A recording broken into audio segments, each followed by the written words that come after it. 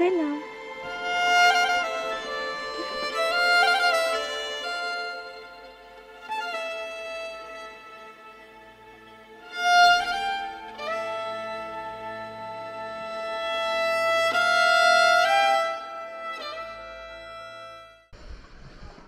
Bir köy bir dağ en ilginç nasıl konumlandırılabilir deseler yine de aklıma bu kadar gelmezdi. Bakın.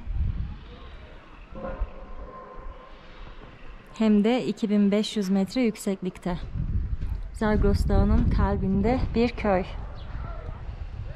Bugün birlikte İran'ın Sarağa Seyyed Köyü'nü keşfedeceğiz. Köy bu gördüğünüz kadar ve köyü tam olarak gören karşılarında bir yerde kalıyorum ben. Ve gerçekten yani köy, bütün evler dip dibe olduğu için uzaktan bile böyle bir pazar alanı gibi sesler geliyor bana. Ve gün boyu sabahtan akşama kadar böyle.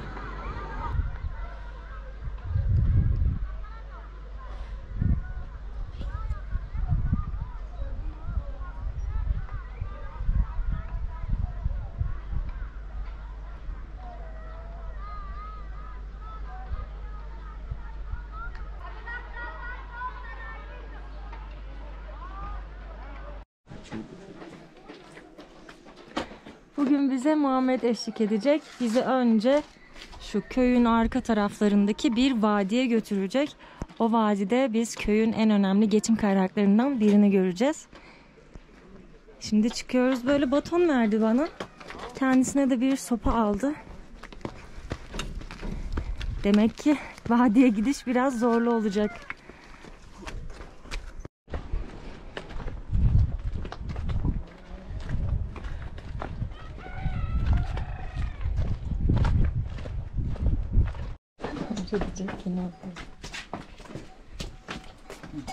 Selam.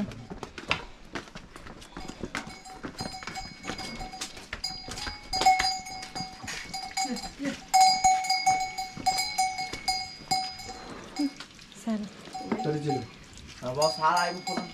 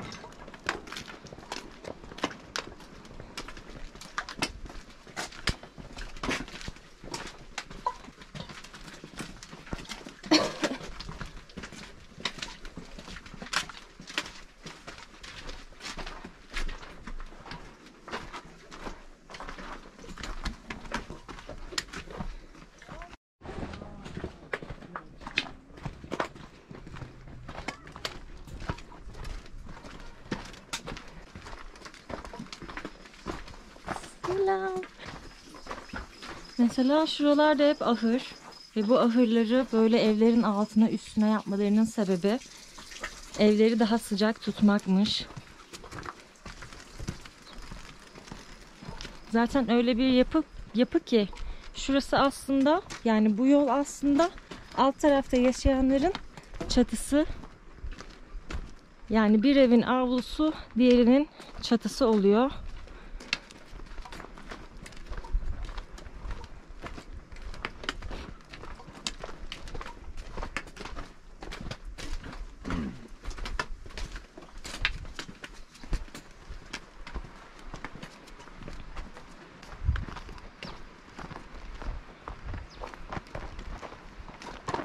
Köyün geçim kaynaklarından biri de hayvancılık. O yüzden çok fazla keçi ve koyun var. Dolayısıyla çok da fazla köpek var. Gece susmuyor köpekler. Köyü gezerken çok fazla konuşmak istemiyorum. O yüzden köy hakkında bildiklerimi şimdiden size anlatayım birazcık. Köyde herhangi bir hastane yok. O yüzden herhangi bir acil durumda, hamilelik durumunda mesela bir kadın doğuracakken helikopterle en yakındaki, yani yaklaşık 3 saat uzaklıktaki ilçeye götürüp oradaki hastanede doğum veya tedavi sürecine başlanıyor. 5. sınıfa kadar ilköğretim öğretmeni var, okul var. Köyde bir tane cami var ve köydeki hiçbir evin kendine özel bir tuvaleti yok. Caminin yanında ortak bir tuvalet var. O tuvalete uzak olanlar muhtemelen işlerini doğada hallediyorlar. Köy halkı kendi aralarında biraz asabi. Köye gelirken bile böyle yolda sürekli tartışmalar yaşandı, sürekli kavgalar yaşandı.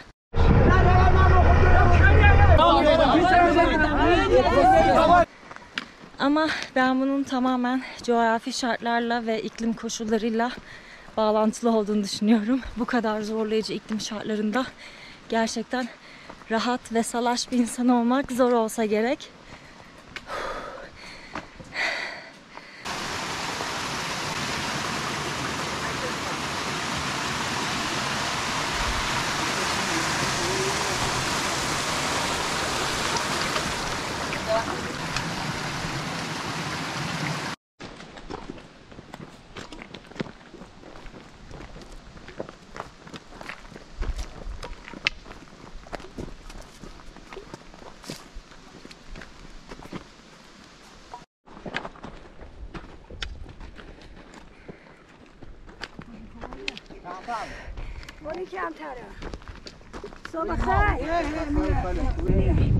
Selam. سلام مال کجانی؟ Türkiye. اینو ما بریم سیاه غذا یا حیونا؟ سی غذا برای غذا برای گله ها برای گوسفنده ها میفروشن. میفروشیم الو ماما Hırafız.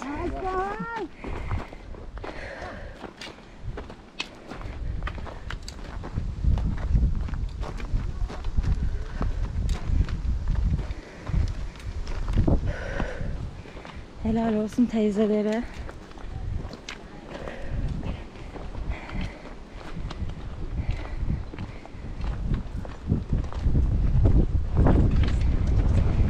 Selam. سلام سلام خسته نباشید.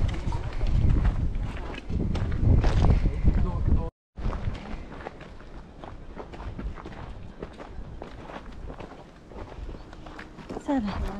سلام. سلام بخیر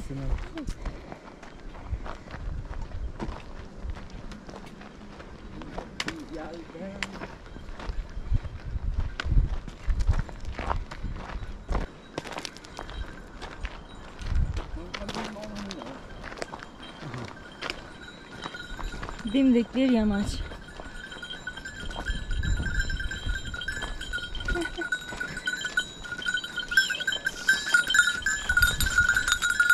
Selam.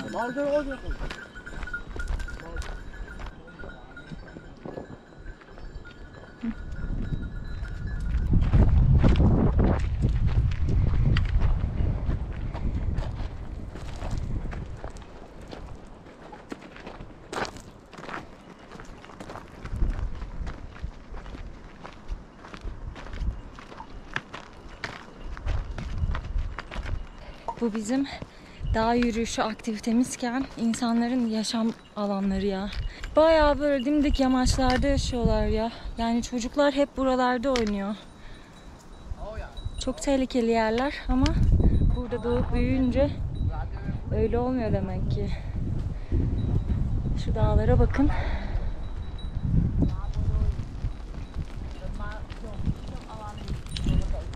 Ay.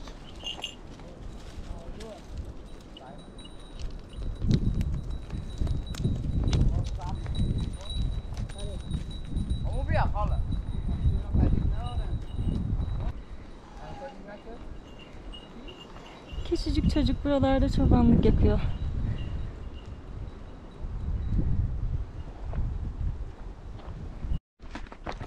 Yoldaki teyzelerin döndükleri yere geldik. Size göstermek istediğim yer de burasıydı. Bakın burası tuz madenleri.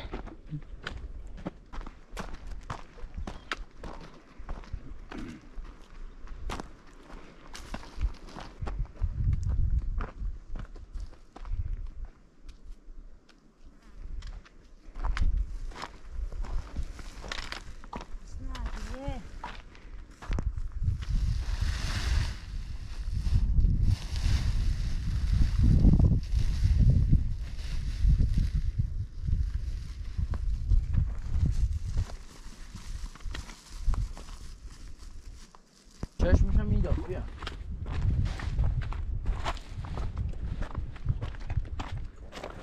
Muhammed de durmaksızın devam ediyor. Gel gel gel dedi.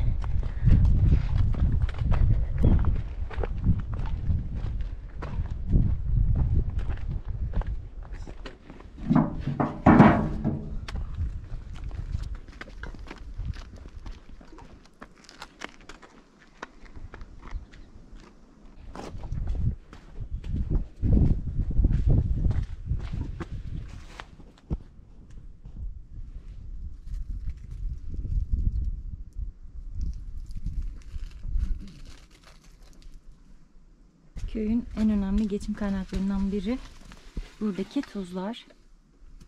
Herkesin alımı farklı farklı. Tuzları burada böyle güneşte kurutuyorlar. Sonra çuvallara koyuyorlar. Hem kendi evlerinde kullanıyorlar hem de bunun satışını yapıyorlar.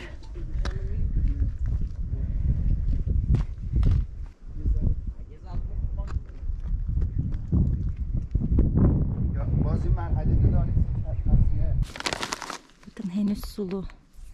Henüz kurumamış. Şurada kupkuru hali. Bununla böyle kazıyorlar. Sonra şurada bir tane tas var. O tası topluyorlar. Bu tenikenin içinde biriktirip ondan sonra kendi alanlarına döküyorlar. Kurumaya bırakıyorlar. Bayağı var. Yani şu tepenin üstü falan da hep böyle. Bu çuval o kadar ağır ki. Yani burada yaşlı yaşlı teyzeler sırtlarına koyuyorlar. Ama çok ağır yani gerçekten. Helal olsun. Vallahi helal olsun. Şimdi köyün yukarıdan görüntüsünü size göstereceğim.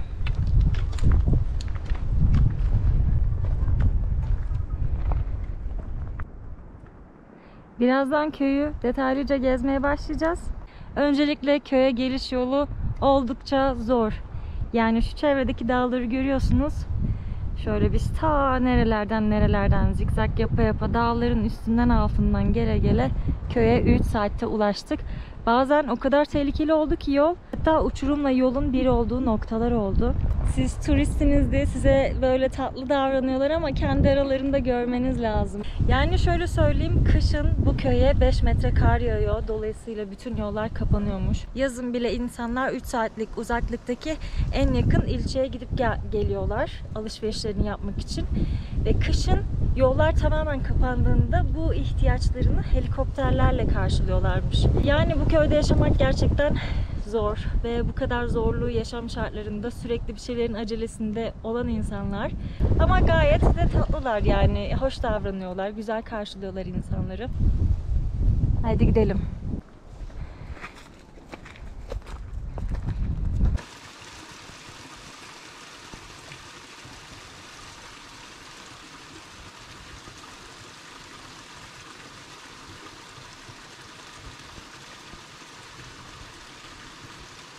Barisa Koca. Evet. Hadi. Hadi.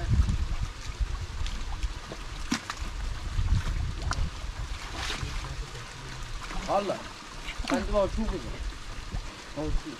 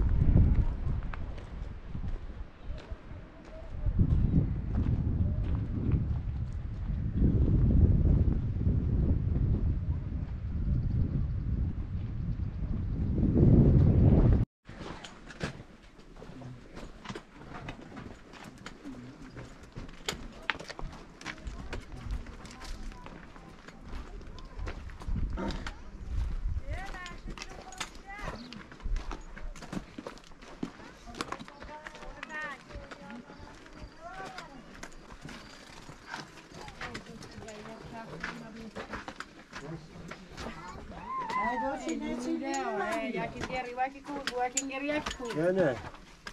Kafsız kaldı. Ne çeles خراب بسم الله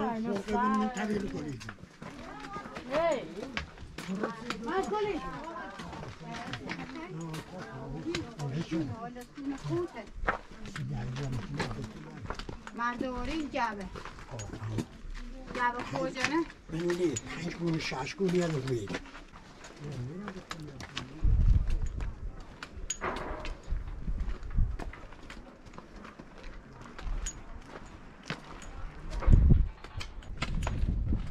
Köydeki evlerin hepsi tek odalı. Penceresi yok. Hiçbirinde tuvalet yok. Doğada hallediyorlar işlerini.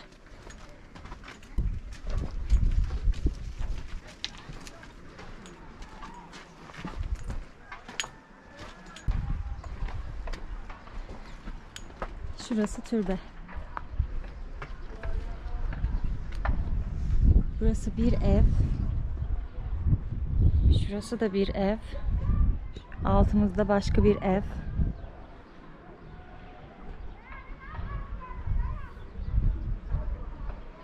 Ayrıca ahırlar da ev gibi. Evlerle dip dibe yan yana, alt alta, üst üste falan oluyor. Bunun da sebebi evleri sıcak tutabilmek.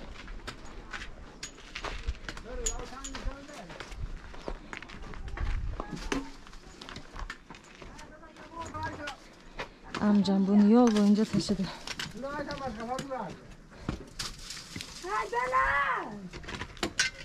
Çemene mesela hadi be. Hasta mesle. Askına bir askına bir. Yok yine. Hadi. Ben şurada kalıyorum. Şurada bir tane mavi pencereli bir ev var. Otobüsün durduğu yer şurası. Şu yolun hemen şu üstünde duruyor. İner inmez zaten sizi oradan karşılıyorlar. Orası turistlerin kaldığı bir yer olmuş.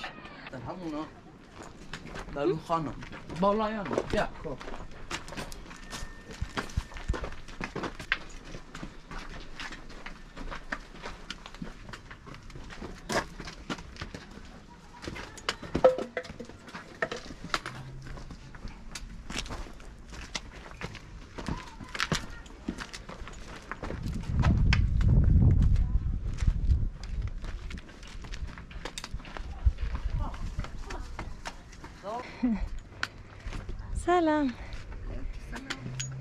Hubi. Burim tu. Evet. Ya Allah. Hiç gitmişsiniz. یا علی Burası bir ev. Teyzenin evi. Burası mutfağı.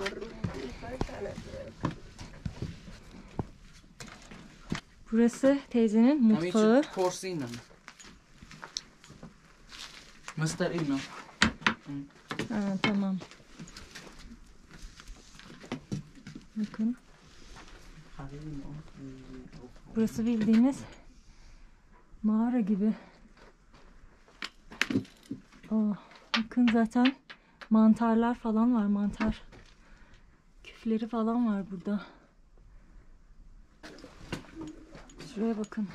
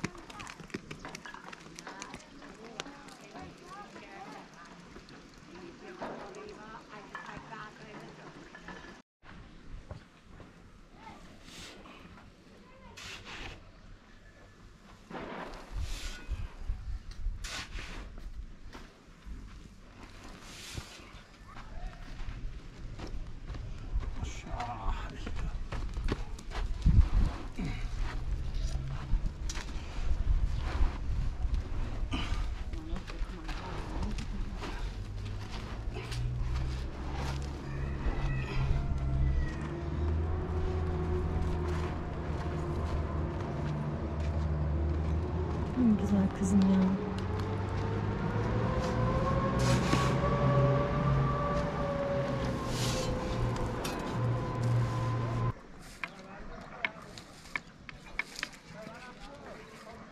Çatıları yağmur sularından korumak için genelde böyle yuvarlak taşlarla yapmışlar. Yuvarlak yuvarlak taşlarla ve çamurla yapılmış. Selam. Hubi.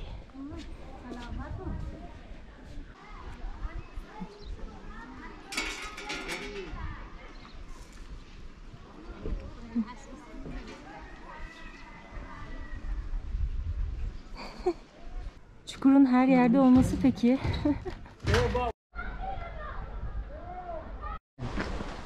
Köyü biraz da bu aşağıdan görelim tamamını. Köyde fark ettiyseniz çocuklar için yani hiçbir eğlence alanı yok. O yüzden çocuklar kendi aralarında gözlemlediğim kadarıyla hep şiddet odaklı oyunları oynuyorlar. Hepsinin elinde sopa. Ya birbirlerine vuruyorlar ya da hayvanlara vuruyorlar.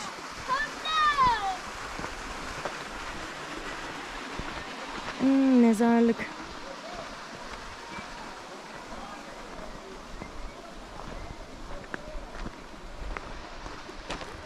Selam. Bunlar ne? Sticker yapıştırmış. Sakızdan. See?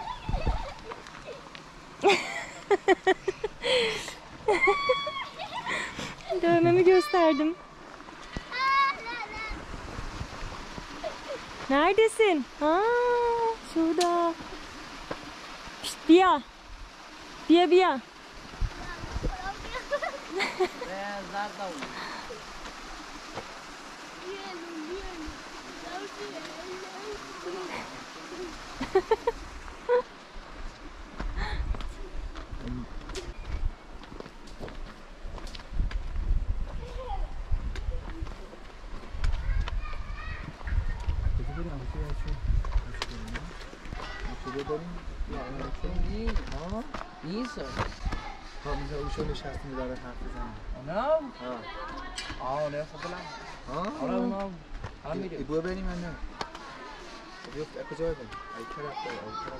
Yani aslında sadece çocuklar için değil, sanki yetişkinler için de yani yapacak.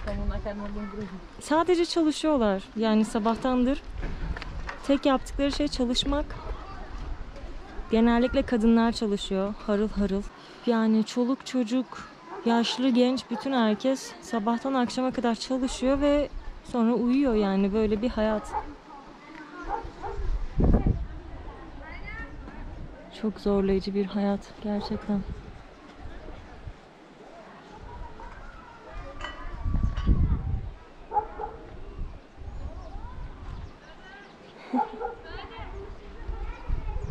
Halk biraz utangaç.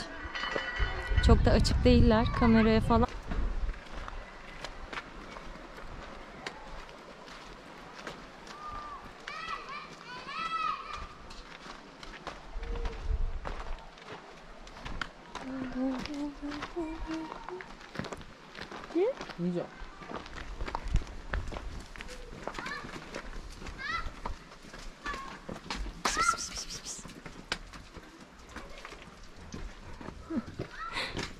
koca İran'da sadece 2-3 tane kedi gördüm.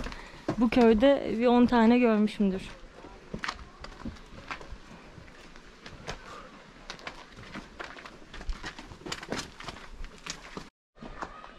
Bakın duman borusuna. Çatının tepesinde değil, böyle evin duvarının ortasında.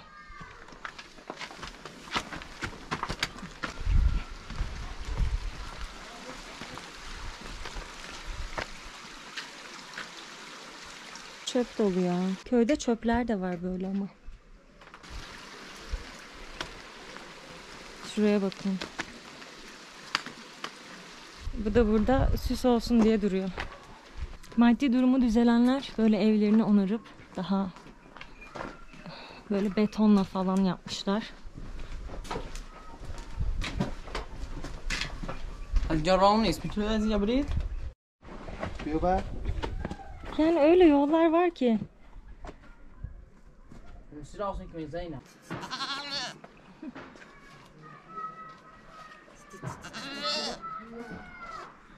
بگو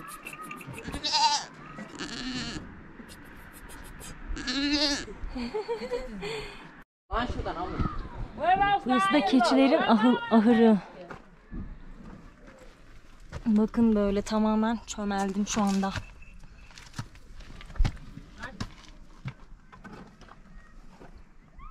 Bu kadar.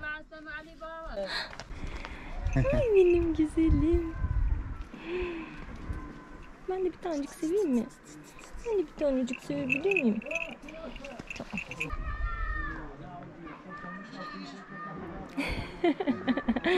Burası eskiden birilerinin oturduğu ama şu anda boş olan bir ev. Kilitli ama şöyle bakalım. Burası ne mutfak? Şöyle bir alan. Şurada da küçük bir oda. Bu kadar. Taşınmışlar buradan. Bence iyi de yapmışlar. Selam. Selam. Çok güzel görünüyor şu dağ ya. Benim? Türkiye. Türkiye.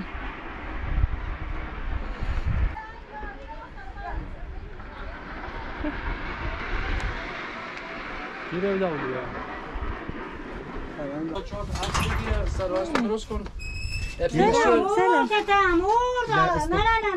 Tamam. بیای بیا Tamam.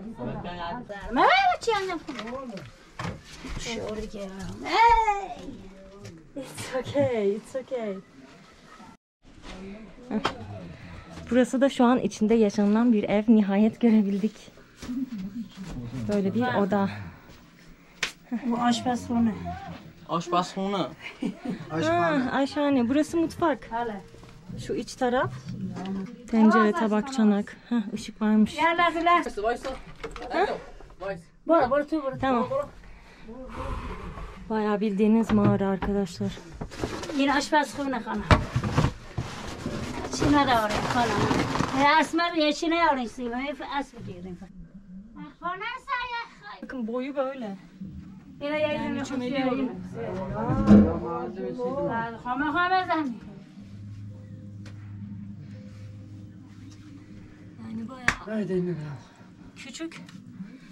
Benim boyum 1.70. Ona rağmen çok zor sığdım. آشنا داره ها Bakın televizyon var. دو شوق مونه آقای سعدیار دستتون در نکنه Evet. خدا فرنگ پیشه فرنگ نه همونجا بود که داشت کار می‌کرد اونجا بدم خواهرم محمد رضا شاب بومن محمد رضا شاب و فرنگ نیم فرنگ Farang. امیری جانه Ayşe. Ayşe yaş نیست بباش دستم نشستم It's okay. تبتیلو نه لا سمیات چی گو اینا علیکی دارن میان این بچه ها علیکی دارن میان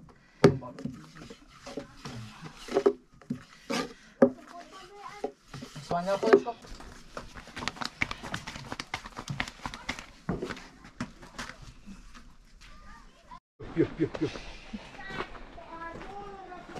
Bağlı olmayan bir eşek İlk defa gördüm burada.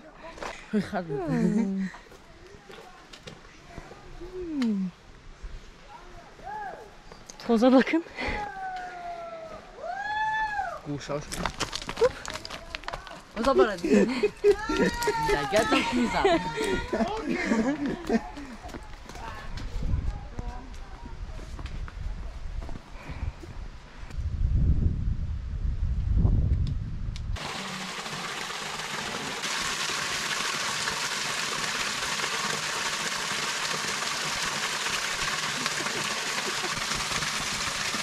Gerçekten buz gibi de ayrıca. Selam. Gel. Gel.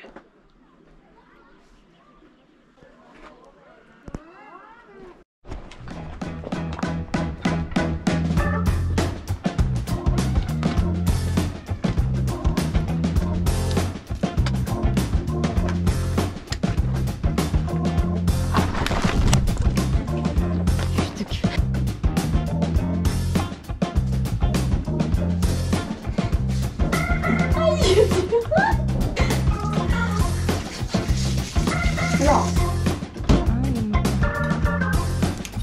Dil bilmeyince böyle oluyor gerçekten.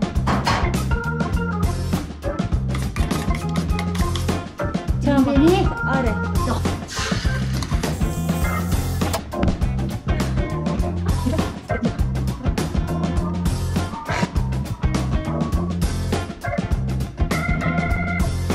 Çıkladı.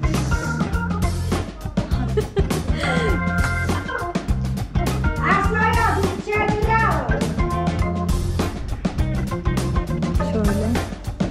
Değil mi? Gibi bir şey var. Söz gelen, yüz gelen, göz gelen yok. Ah gelen, ez gelen, oh gelen yok. Masum Kırmızıgül'den bir tane şarkı söyler misin? Çingenem, çingenem. Çingenem.